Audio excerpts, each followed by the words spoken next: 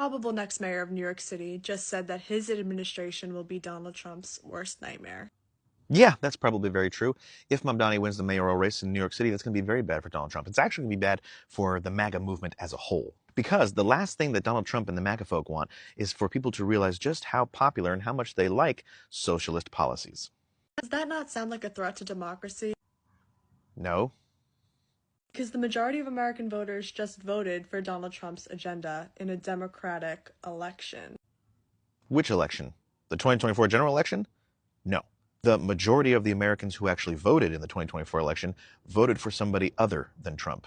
He did not get a majority of the votes cast. Donald Trump won because of the Electoral College. You know, DEI for red states. New Yorkers voted in staggering amounts for Donald Trump, more than they ever have in the past. And he still couldn't carry the state. So yeah, I think it's safe to say that majority of New Yorkers are not, in fact, aligned with Donald Trump's agenda. Who's acting like an authoritarian now? People in New York City are tired of sanctuary city policies, and the city's mayoral candidate wants you to know that he doesn't care what you voted for. Your voice doesn't matter to him. Your concerns don't matter to him. And that sounds like a dismantling of democracy. What? Okay, your argument makes my head hurt. Let me see if I can understand your point here.